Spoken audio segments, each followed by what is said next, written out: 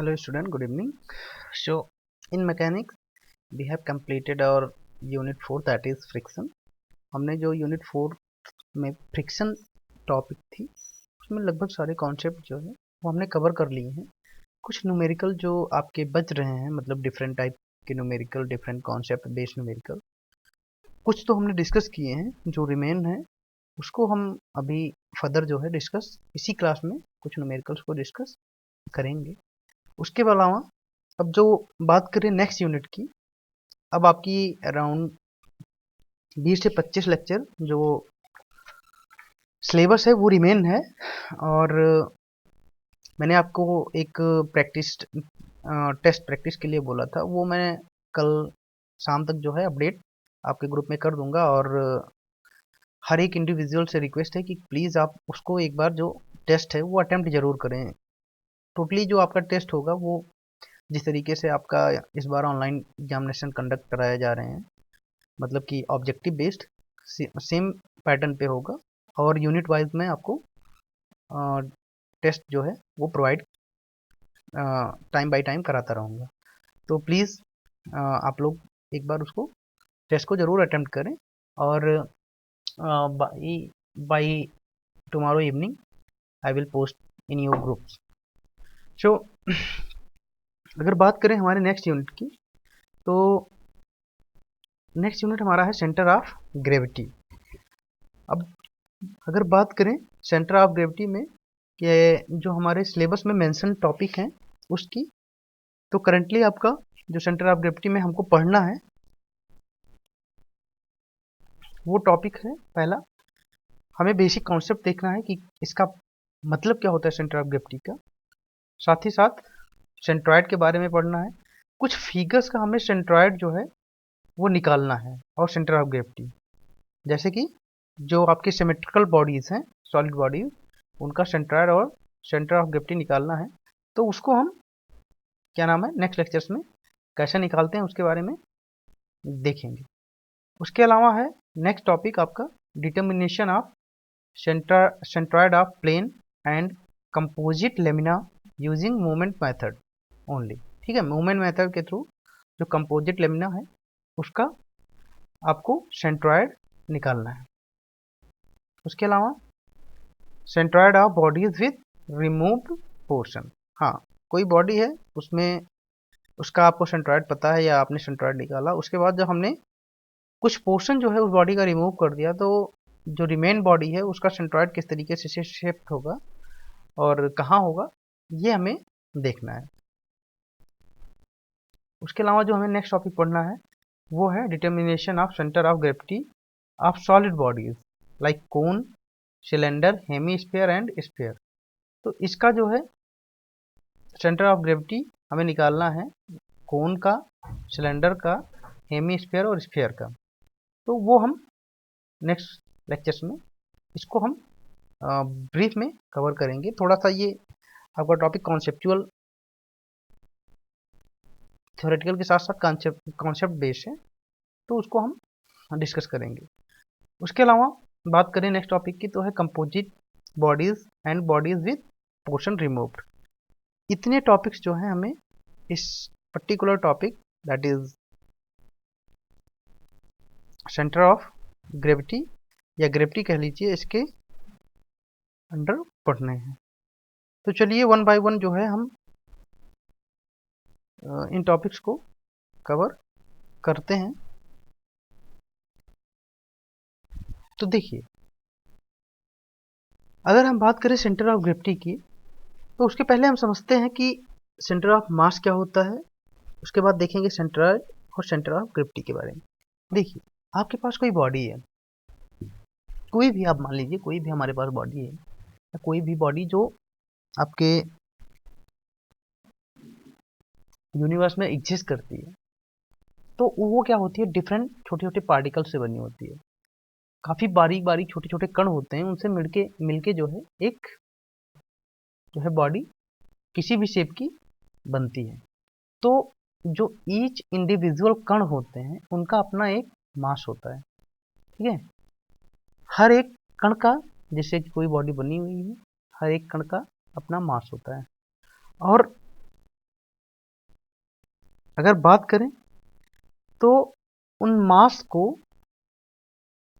हम अगर एक जगह कंसंट्रेटेड मान लेते हैं या एक जगह कंसंट्रेट एज्यूम करते हैं। कंसंट्रेट की अगर बात करें, देखिए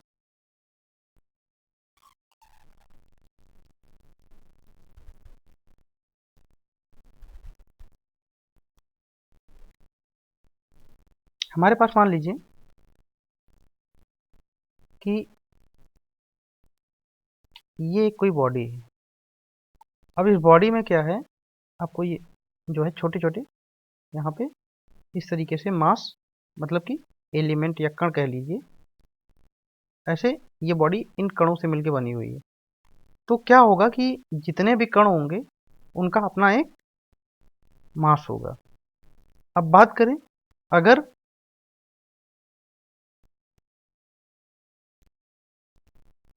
एक ऐसा पॉइंट हम मान लें, ठीक है, कि जिसपे मान लीजिए हमारे पास एक पॉइंट ये है, ए पॉइंट, ठीक है। अब ए पॉइंट पे क्या है कि जो कंप्लीट बॉडी का मास है वो यहाँ पे कंसंट्रेटेड है। मतलब कि एक तरीके से देख लीजिए, जो आपका मटेरियल होता है किसी भी बॉडी का, या कह लीजिए आपका जो पदार्थ होता है किसी बॉडी में, वो किस तरीके से डिस्ट्रीब्यूटेड होता है, ठीक है। उस डिस्ट्रीब्यूशन को क्या करता है, ये मास के थ्रू हम पता करते हैं, या ये डिस्ट्रीब्यूशन जो है वो मास के थ्रू डिनोट करते हैं। अब अगर बात करें यहाँ पे, मान लीजिए पॉइंट ए पे, ये एक ऐसा पॉइंट है जहाँ से क्या हो रहा है कि हर जगह जो मास का डिस्ट्रीब्यूशन है इस बॉडी में वो इक्वल है। मतलब कि इस पॉइंट के ए के अबाउट मान लीजिए ये सेक्शन एक्स है,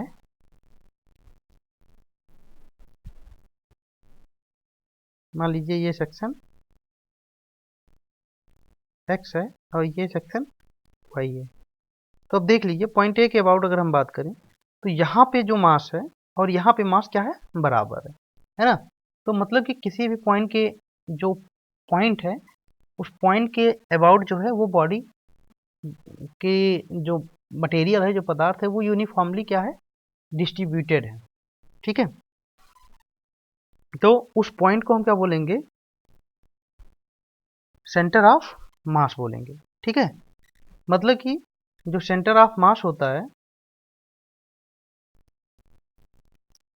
किसी भी बॉडी का जो सेंटर ऑफ मास होता है वो टोटल जो आपके पार्टिकल्स होते हैं जिससे वो बॉडी मिलके बनी होती है, उन पार्टिकल का एक कंबाइंड जो है मास, वो सेंटर ऑफ मास होता है। यानी कि हम ये मान के चलते हैं कि उस पर्टिकुलर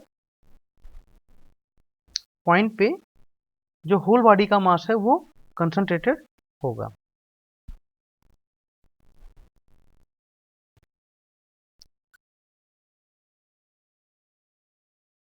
तो अगर हम बात करें, जो हमारा सेंटर ऑफ मास होता है वो एक तरीके से ऐसा पॉइंट होता है जहां पर पूरे सिस्टम का, मतलब कि हर एक इंडिविजुअल जो पार्टिकल्स होते हैं उनका मास जो है हम कंसंट्रेटेड मान सकते हैं। मतलब कि यहाँ पे हर एक इंडिविजुअल पार्टिकल का मास हम जो है कंसीडर ना करके एक पर्टिकुलर पॉइंट पे इन सब जो क्या नाम है मासेस हैं पार्टिकल के, इनका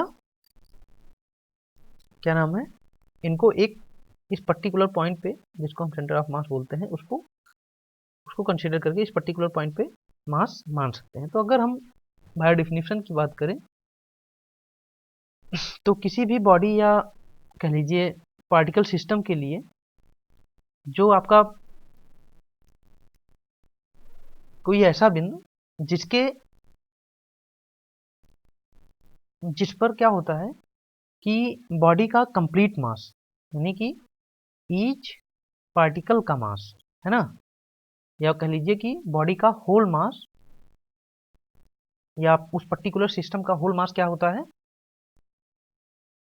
हम एक तरीके से कंसंट्रेटेड मान लेते हैं। मतलब कि जो हमारा सेंटर ऑफ मास होता है उस पर हर एक इंडिविजुअल पार्टिकल जिससे कि वो बॉडी मिलके बनी हुई है, उस इंडिविजुअल पार्टिकल का मास उस पॉइंट पे हम मान के चलते हैं कि यहाँ पे इस पॉइंट पे सारे जो आपके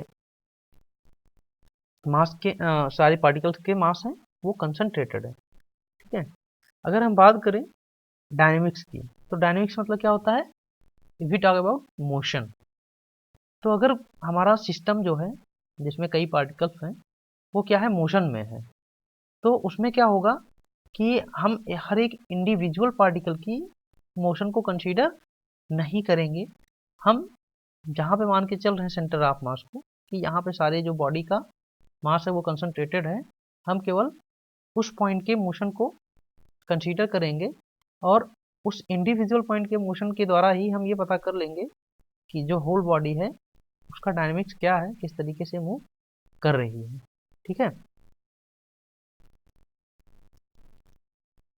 मतलब कि जो भी पॉइंट पे मिलके वो बॉडी जो है आपकी बनी हुई है, उसमें क्या है कि हम ये मान के चल रहे हैं कि उन सारे पॉइंट्स का जो मास है वो उस पर्टिकुलर पॉइंट पे कंसंट्रेटेड है ना।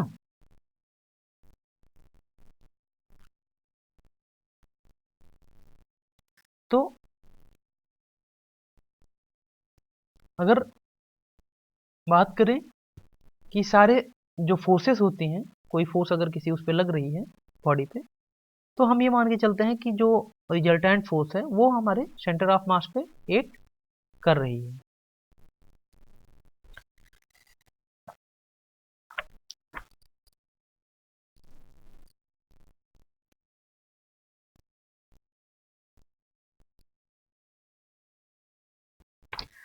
अब अगर बात करें सेंटर ऑफ ग्रेविटी की, देखिए क्या होता है कि जैसे कि मैंने आपको बताया कि कोई भी बॉडी होती है, कोई भी सिस्टम है, ठीक है, तो वो क्या होता है, कई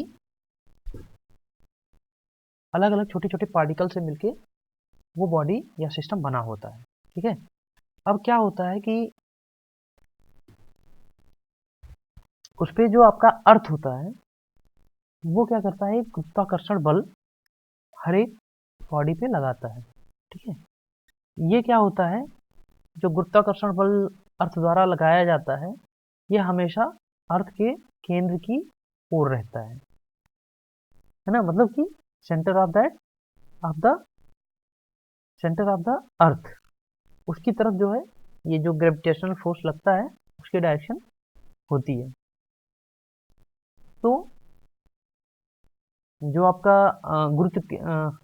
कह लीजिए कि गुरुत्वाकर्षण बल जो ग्रेविटेशनल फोर्स जो होती है ग्रेविटी की वजह से जो लग रही होती है, ठीक है,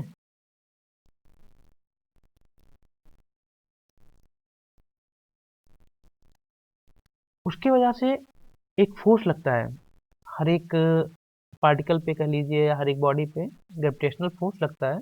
ठीक है, वो क्या होता है, जो ग्रेविटेशनल फोर्स होता है वो द्रव्यमान यानी कि मास के प्रोपोर्शनल होता है, समानुपाती होता है। अब जैसे कि मैंने आपको पहले ही बताया कि जो ग्रेविटेशनल फोर्स होता है उसकी direction towards the centre of earth, यानी कि अर्थ के सेंटर के तरफ ही जो है डायरेक्शन आपके ग्रेविटेशनल फोर्स का होता है।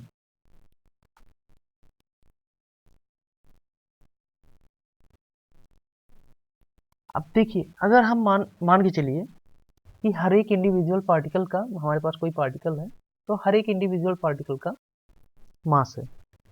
चलिए हम मान के चलते हैं हमारे पास एक कोई मान लीजिए रॉड है।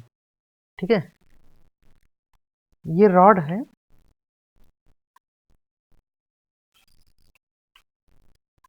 यहाँ पे जो रॉड के पार्टिकल्स हैं जिससे मिलके ये बना हुआ है, ये छोटे छोटे आपको रॉड के पार्टिकल दिख जाएंगे। ठीक है, तो जब हम बात करें सेंटर ऑफ मास की, ठीक है, मान लीजिए कि कोई पॉइंट एम है, वो सेंटर ऑफ मास है। मान लीजिए ये वाला पॉइंट, ये क्या है, सेंटर ऑफ मास है। तो यहाँ से क्या होगा, इसका मतलब क्या हो गया कि इस पर्टिकुलर पॉइंट के इस साइड और इस पर्टिकुलर पॉइंट के इस साइड, दोनों ही साइड क्या है कि मास का जो डिस्ट्रीब्यूशन है, या कह लीजिए कि जो मास का या मटेरियल जो है इस बॉडी का, उसका डिस्ट्रीब्यूशन क्या है, इस जो आपका सेंटर ऑफ मास है इसके चारों तरफ है ना। मतलब कि इस पर्टिकुलर पॉइंट के इस side, left and right side जो है सेम मास लाई कर रहा है। यहीं पे बात करें अगर ग्रेविटी की, तो देखिए हर एक इंडिविजुअल पार्टिकल पे पृथ्वी क्या करती है, एक फोर्स लगाती है ना, टुवर्ड्स इट्स सेंटर। ठीक है, तो अगर ये फोर्स या जो ये फोर्स लगाई रही है अर्थ द्वारा, ये फोर्स बैलेंस है, मतलब कि आप कह लीजिए सिमेट्रिक है, यूनिफॉर्म है, तो यहाँ पे क्या होगा कि जहाँ पे आपका सेंटर ऑफ मास होगा वहीं पे आपका सेंटर ऑफ ग्रेविटी भी हो जाएगा, है ना। अगर जो सेंटर ऑफ मास कब होगा, जब आपका जो मास है वो दोनों साइड इक्वली डिस्ट्रीब्यूटेड होगा। अगर मान लीजिए अनसिमेट्रिक है, मतलब कि यहाँ पे जो ग्रेविटी फोर्स है वो ज़्यादा है, यहाँ पे ग्रेविटी फोर्स कम है, तो आपको पता है कि वेट बराबर क्या होता है,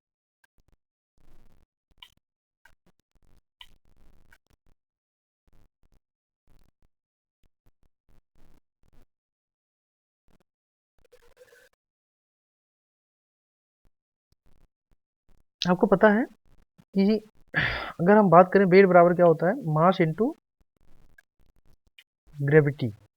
ठीक है, तो अगर मान लीजिए इस side gravity force, gravitational force ज़्यादा लग रही है, ठीक है, अगर इस साइड ग्रेविटेशनल फोर्स ज़्यादा लग रही है, तो ये जो आपका जी है, that is centre of gravity, ठीक है, ये क्या होगी, इससे इधर चली आएगी। मतलब कि अगर बात करें तो जो सेंटर ऑफ ग्रेविटी होता है वो वैरी कर सकता है, डिपेंड करता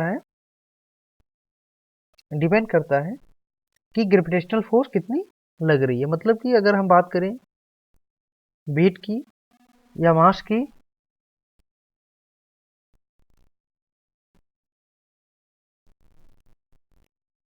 तो जो आपका सेंटर ऑफ ग्रेविटी होता है वो क्या करेगा, इधर शिफ्ट कर जाएगा। मतलब कि अगर बात करें तो अगर बॉडी के किसी पॉइंट के अलोंग जहाँ पे सेंटर ऑफ मास है, बॉडी का जो पार्टिकल का डिस्ट्रीब्यूशन है या मटेरियल का डिस्ट्रीब्यूशन है, इसके पर्टिकुलर पॉइंट के दोनों साइड क्या है, बराबर है।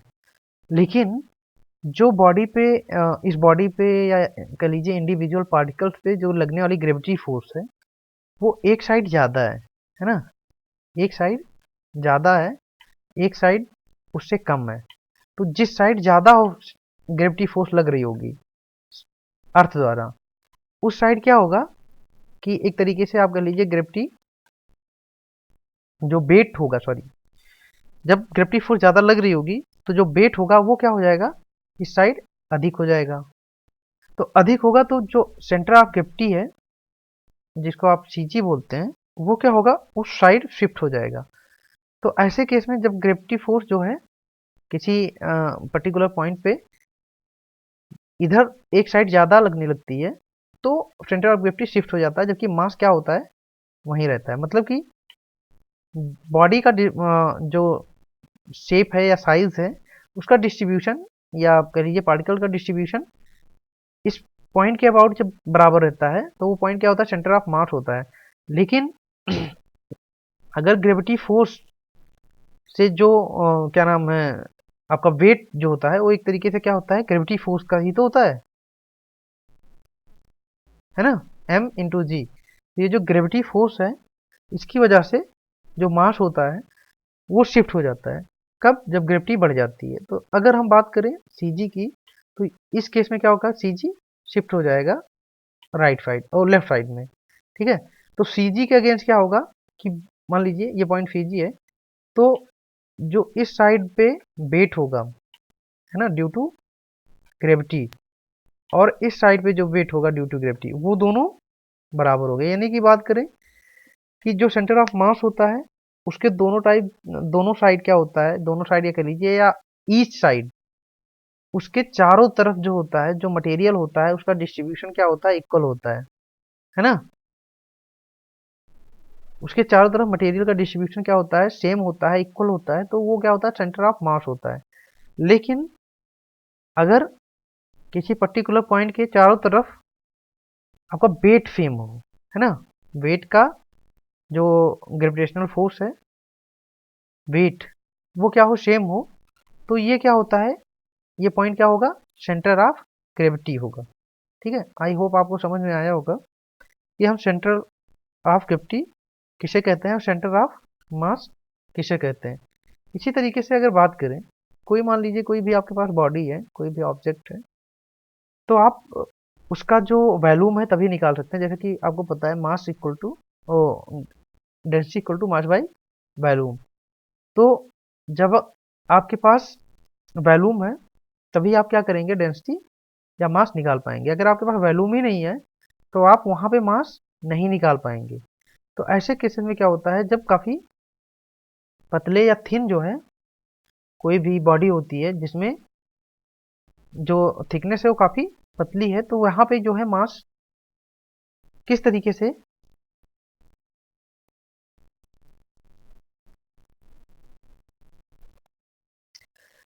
से निकाला जाएगा। तो ऐसे केसेस में हम क्या करते हैं कि वहाँ पे आपका थिकनेस या वैल्यूम ना लेते हुए हम एरिया लेते हैं। ठीक है, तो जब हम एरिया लेते हैं तो ये मान के चलते हैं जहाँ पे उसका टोटल एरिया, उस बॉडी का या पर्टिकुलर ऑब्जेक्ट का टोटल एरिया जिस पॉइंट पे कंसंट्रेटेड हो, उसी पॉइंट को हम क्या बोलते हैं, सेंट्रॉयड बोलते हैं, है ना। तो सेंट्रॉयड क्या होता है कि ऐसी बॉडी जिसमें थिकनेस नहीं होती है, यानी कि वहाँ पे वैल्यूम नहीं मिल पाता है, वहाँ पे क्या करते हैं कि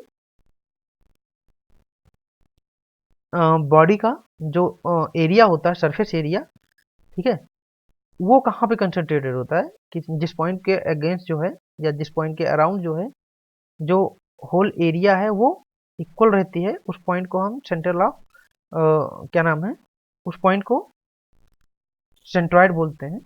और सेंटर ऑफ ग्रेविटी आपको पता ही है, जिसके अबाउट जो है ग्रेविटेशनल फोर्स या कह लीजिए वेट उस पर्टिकुलर पॉइंट के अबाउट सेम रहे, तो उसको हम क्या बोलेंगे, सेंटर ऑफ ग्रेविटी बोलेंगे।